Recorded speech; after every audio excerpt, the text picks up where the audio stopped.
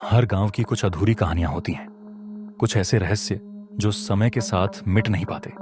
चांदपुर गांव में एक ऐसा ही वीरान सर्कस था। अपने समय का वो एक शानदार सर्कस था। तरह तरह के खेल जादू दिखाते थे। कहते हैं उस सर्कस को देखने देश विदेश से लोग आया करते थे। फिर एक दिन कुछ ऐसा क्या हुआ कि सब उजाड़ हो गया। उसी गांव में एक जमींदार रहा करता था। कहते हैं उस सर्कस का गांव के जमींदार से गहरा पुराना नाता है। असल में वो सर्कस उन्हीं के बाप दादा का बनाया हुआ है। अरे ये सूरज गया कहाँ है रामू काका? पता नहीं कहाँ रहता है आजकल। ना तो हमारी सुनता और अब तो दिखता भी नहीं है। अरे मालिक, छोटे मालिक भला हमें कहाँ बताते हैं। हमने कितनी बार बाहर जाने को मना किया है, पर वे माने तो तब ना। तुम ठीक कहते हो। जब से सावित्री मरी है तब से सूरज ने हमारी तो सुनना बिल्कुल बंद कर दिया है। थोड़ी बहुत तुम्हारी तो सुन लेता है। मालिक, सावित्री बेटी के जाने का तो हमें भी बहुत दुख है। जब वो थी तो कितना भरा फूला परिवार था। अरे आग लगे उस सर्कस को। ना मालकिन उधर जाती, ना वो सब होता। क्या करूं रामू, ये धन और समृद्धि भी उसी सर्कस ने दी है। मेरे पुरखों ने साफ तौर पर मुझे कहा था कि जब तक ये सर्कस यहां है तब तक ही सब कुछ है, नहीं तो सब सर्वनाश हो जाएगा।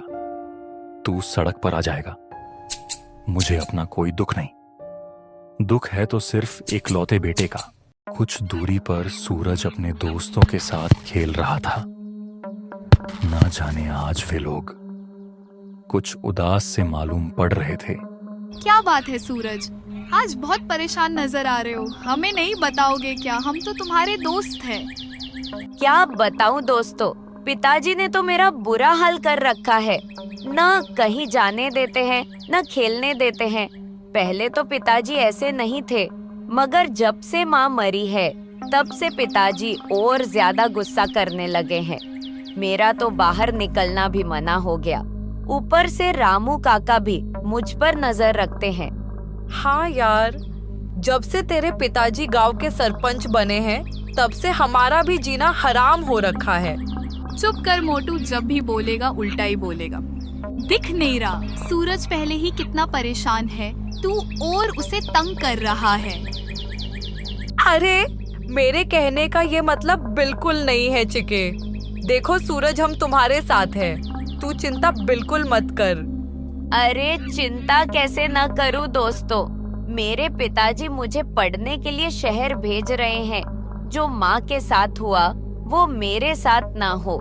जो सर्कस हमारे घर और गांव की शान होया करता था, आज वही सब लोगों की मौत का कारण बन रहा है।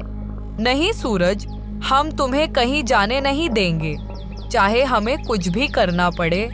फिर तो एक ही रास्ता है दोस्तों। क्या रास्ता है? बोलो, जल्दी बोलो।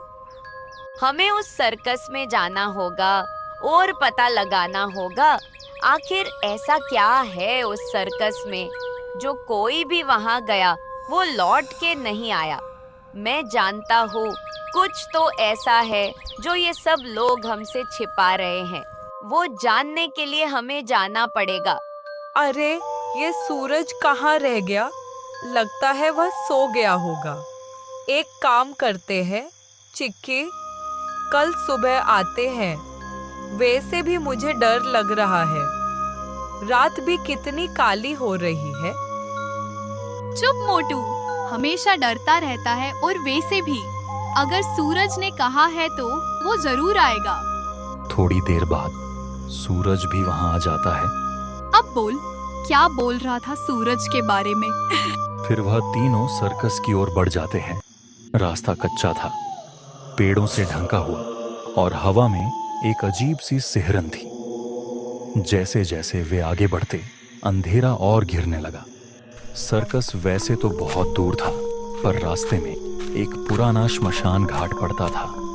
वहां से सर्कस जाने में कम समय लगता था। फिर उन तीनों ने वही रास्ता चुना। अरे सूरज, वैसे ही हम सब डरे हुए हैं। ऊपर से तुमने ये रास्ता चुन लिया। लगता है आज तो तुम हमें मारकर ही छोड़ोगे। अरे घबराओ नहीं दोस्तों, ये भूत चुड़ैल कुछ नहीं होती। बड़े लोगों द्वारा हमें बस डराया जाता है ताकि हम कोई शरारत न करे। कुछ भी हो दोस्तों, मुझे तो बहुत डर लग रहा है। तू खामखा डर रहा है मोटू, इतना भी कुछ डरावना नहीं है। जब वो तीनों शमशान घाट से जा ही रहे थे तो उन्होंने देखा पास ही में 2 टूटी फूटी चिता अभी भी सुलग रही थी। पानी में डूबी नाव जिनका कोई मांझी नहीं था। ये सब देखकर गोलू बहुत घबरा गया। अरे सूरज, भागो यहाँ से। ये जगह मुझे बहुत डरावनी लग रही है। जल्दी करो।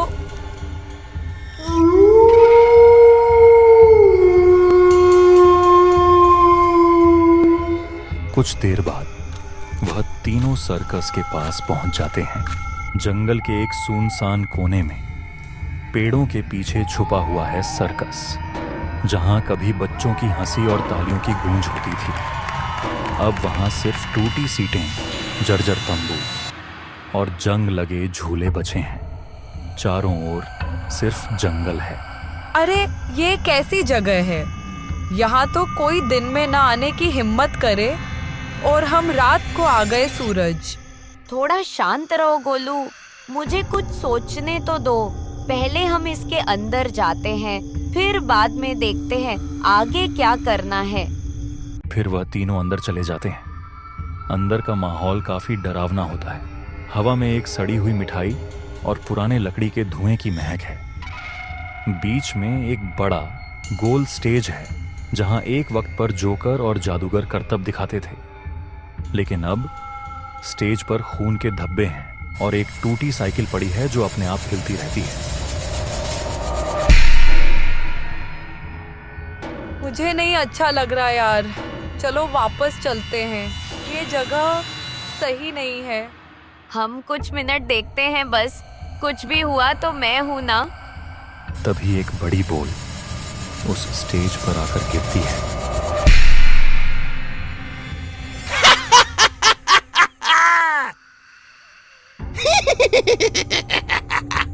मेरे सर्कस में 3 मेहमान आए हैं, पर टिकट तो नहीं लिया।